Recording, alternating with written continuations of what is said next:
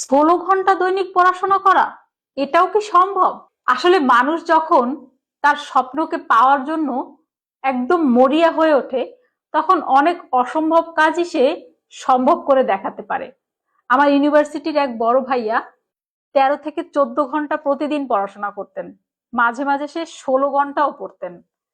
তো তিনি বিসিএস এ পররাষ্ট্র ক্যাডারে চাকরি পেয়েছেন। আমাদের অনেকের পক্ষেই এত বড় সময় বা এত লম্বা একটা সময় দৈনিক পড়াশোনা করা সম্ভব না।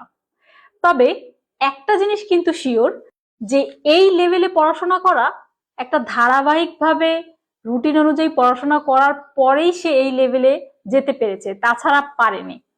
মানে কনসিস্টেন্সি রক্ষা করেই কিন্তু আপনি ওই লেভেলে যেতে পারেন। আপনি শুরুতে হয়তো 3 থেকে 4 ঘন্টা পড়বেন, ধীরে ধীরে আপনি এটাকে বাড়াবেন 5 থেকে 6 ঘন্টা, এরপর 7 ঘন্টা, স্টেপ বাই স্টেপ। একদিনে কেউ ধরেই 16 ঘন্টা 17 ঘন্টা পড়তে পারে না। তো এত লম্বা সময়ও পড়ার প্রয়োজন নেই।